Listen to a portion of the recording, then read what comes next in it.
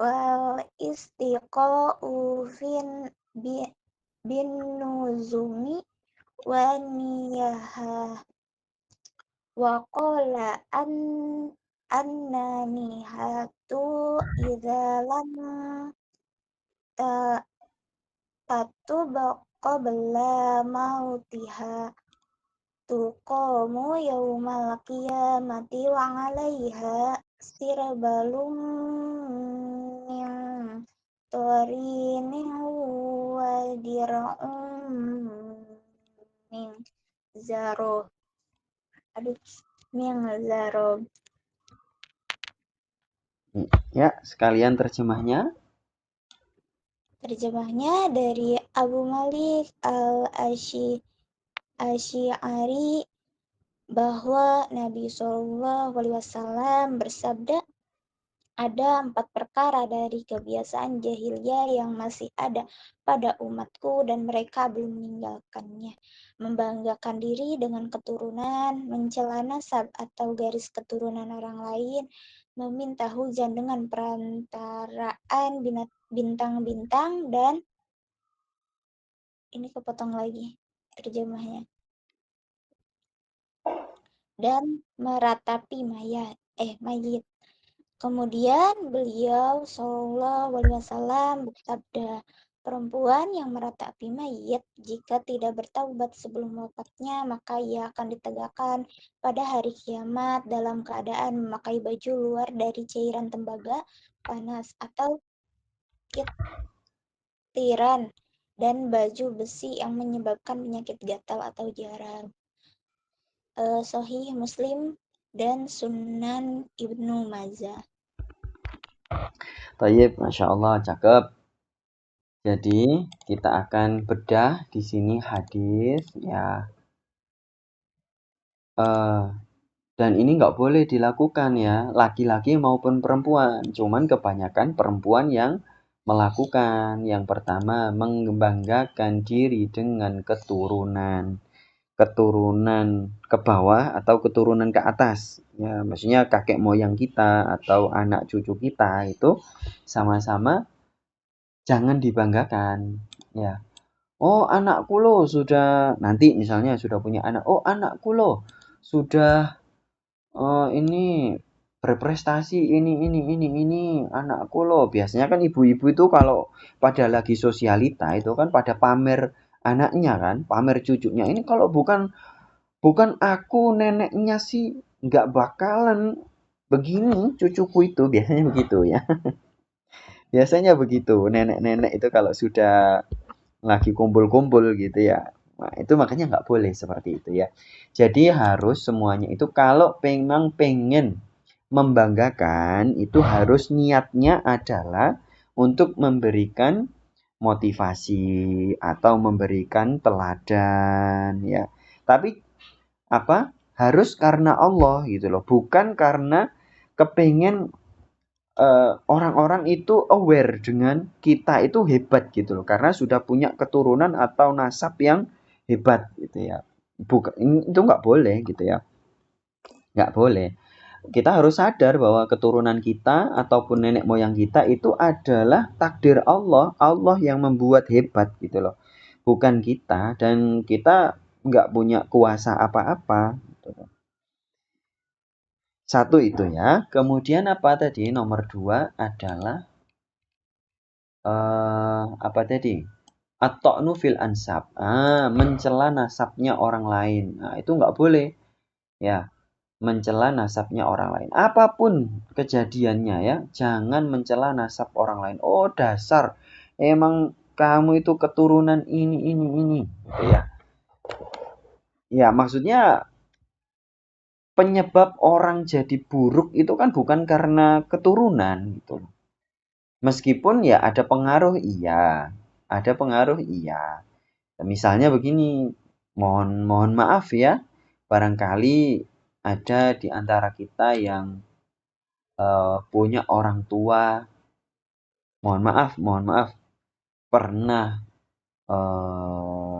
berzina, mohon maaf nih ya, ada di antara kita dan naudzubillah punya orang tua yang pernah berzina. biasanya anaknya itu juga nanti berzina. Ya, mohon maaf nih. Ini silakan dicermati aja dan dibuktikan sendiri. Cermati aja orang-orang di sekitar.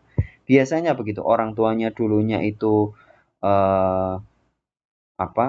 Jadi kepala desa yang pernah menipu, mengkorupsi dan lain sebagainya. Biasanya anaknya juga begitu. Ya, tapi kita nggak boleh mencela, mencela keturunannya itu nggak boleh gitu lah. Ya, yang nggak dibolehin itu mencela keturunannya. Ya, kalau mencela keburukannya ya harus beda loh ya. Mencela keburukan, ya, oh emang zina itu jelek. Ya, itu kan mencela kan. Nah, itu harus gitu kan. Tapi yang nggak boleh adalah mencela keturunannya. Ya, apalagi kalau orang sudah bertaubat, terus kita cela, oh kamu itu nggak usah lah sok suci, kamu itu keturunannya penjahat, penjahat aja, gitu kan biasanya kan. Nah, nggak boleh. Orang kalau sudah taubat, nggak usah diungkit-ungkit masa lalunya.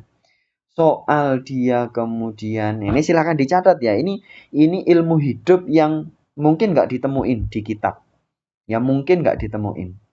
Nah, apalagi buku bahasa Indonesia ya.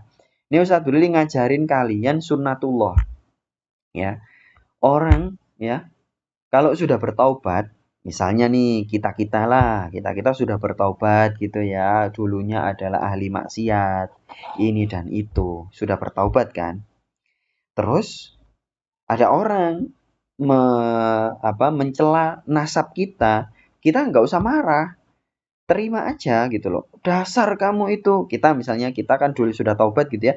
Terus dicela, dasar kamu itu orang tuamu itu dulunya berzina, tahu gak kamu? Orang tuamu dulunya itu suka nipu. Kamu nggak usah sok cuci, kamu jadi orang bejat-bejat aja gitu. Misalnya gitu ya. Kita sudah bertobat nih, kita dicela orang kayak gitu ya. Terima aja, nggak apa-apa, terima aja. Siapa tahu memang kita sudah bertaubat, tapi ada orang mencela seperti itu adalah hukuman dari Allah atas dosa-dosa kita dahulu gitu loh. Terima aja, nggak usah marah. Wong kenyataannya emang gitu kan, gitu loh. Biarin ada orang mencela kita. Soal kita misalnya sudah bertaubat, ya udah itu kita simpan sendiri, gitu. Kita terima aja. Iya ya, orang tua saya dulu penjahat. Ya, mohon maaf lah Pak. Gitu langsung aja balik. Mohon maaf, saya mohon maaf sebesar-besarnya. Nggak usah bela diri. Nah, gitu loh. Soalnya kita sudah bertaubat gitu kan. Dan dulu kita adalah ahli maksiat. Kita harusnya sadar. Kita itu harusnya dihukum sama Allah dengan dengan dosa kita. Ustadz kan sudah bertaubat Ustadz. Masa masih dihukum juga? Ya terserah Allah dong. Masih menghukum kita. Nah, gitu ya. Bahkan kita dicela karena orang tua kita dulu pernah berbuat dosa ya. Kita dicela. Itu adalah hukuman atas orang tua kita sendiri. Ya, hukuman itu sebetulnya. Nah, itu ya. Lanjut nomor 3 wal istisqa'u binujum. Nanti kita selesai 5 menit lagi ya. Nah, tadi ukti moderator tidak mengatur waktu. Ayo. Kalau sebagai moderator itu harus langsung diatur waktunya. Nggak apa-apa. Nah, nanti soal molor-molor dikit nggak apa-apa. Itu ya namanya pemateri kan. Terus moderator nanti juga harus ngasih kesimpulan. Nggak apa-apa, kesimpulan apapun terserah. Ya, itu namanya moderator. Ya, mohon izin ya, bukannya menyalahkan loh ini. Ini untuk untuk peningkatan. Soalnya Ustadz Brili dari dulu sejak 2019 kan Ustadz Brili ngajar online gratis seperti ini itu jarang menemukan moderator yang jadi moderator, cuman jadi pembawa acara doang. Ya nanti kalau pengen moderatornya malu gitu, terus sungkan di pamfletnya disebut jangan moderator, host gitu aja. Host atau pembawa acara gitu ya. MC istilahnya kan. Nah, enggak apa-apa. Tapi tadi di pamflet kalau nggak salah MC ya namanya ya. Berarti nggak usah ngasih kesimpulan. Ukti Zen ya. Nggak usah ngasih kesimpulan, aman. Ya. Lanjut, istisqa bin nujum. Apa ini? Meminta hujan dengan perantaraan bintang. Lah, zaman sekarang kan masih ada kan yang menebak hujan dengan melihat bintang, memastikan atau bahkan ini konsepnya adalah istisqa ya, meminta. Artinya berkeyakinan bahwa bintang adalah yang menyebabkan turunnya hujan. Nah, kalau kita analisis bahasa ya, ya, artinya yang menjadi Tuhan itu bintang gitu loh. Yang dipertuhankan itu bintang.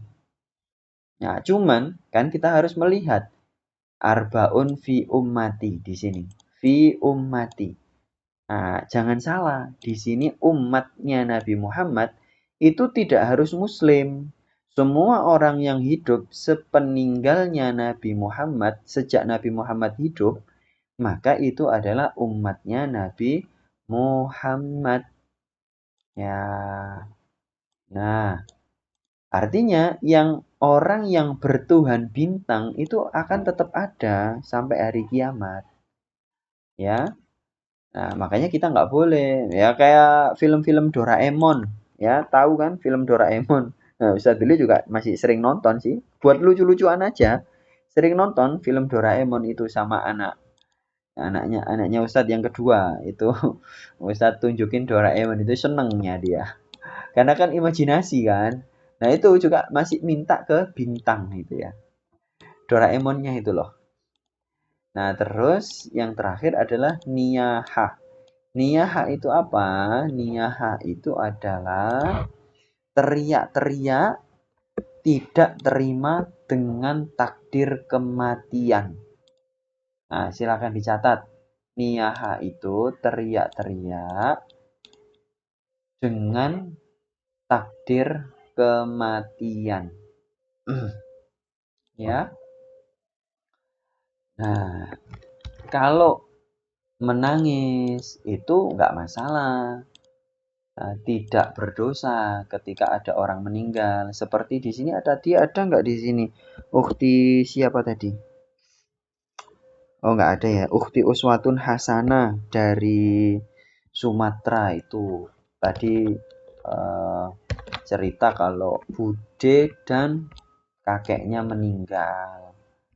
Nah, ya kalau sedih nggak apa-apa, sedih ya. Rasulullah ketika putra-putrinya meninggal ya sedih, menangis.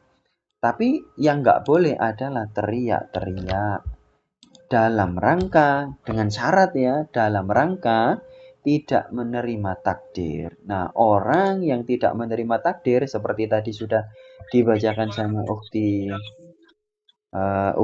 siapa tadi? Ukti uh, siapa tadi yang membaca tadi? Kok lupa namanya? Oh, kok nggak ada?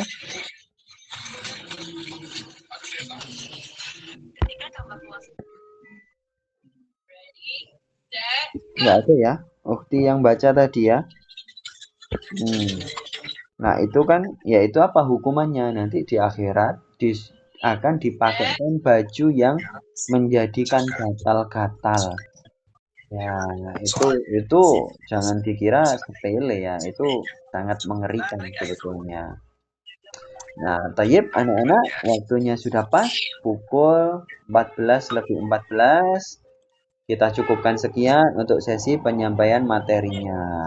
Nah, Ustadz, ini berarti nggak terkait dengan miladnya Akhi Bagas ya? Ya, nggak ada sih, nggak ada kaitannya. Nggak ada kaitannya. Ya, terima kasih banyak ikhwan akhwat semuanya. Semoga bermanfaat. Nanti kapan-kapan kita ngaji lagi sampai khatam 45 hadis ya.